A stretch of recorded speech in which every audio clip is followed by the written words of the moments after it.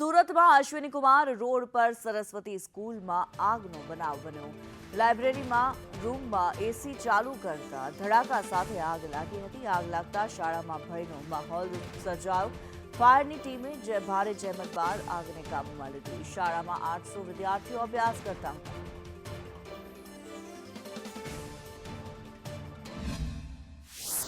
Surat fire control રૂમને 9:21 call આપવામાં આવેલો।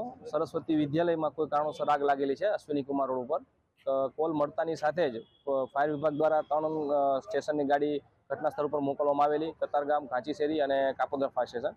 ઘટના સ્થળ ઉપર આવીને તપાસ કરતા જાણવા મળેલ કે લાઇબ્રેરી રૂમ છે જેની અંદર એસીમાં કોઈ અગમ્ય કારણોસર આગ લાગેલી। બાકી બધું નોર્મલ છે, છોકરાઓ કે કશી કોઈ પણ જાતની ઇન્જર્ડ છે નહીં અને આજના દિવસની રજા આપેલી છે।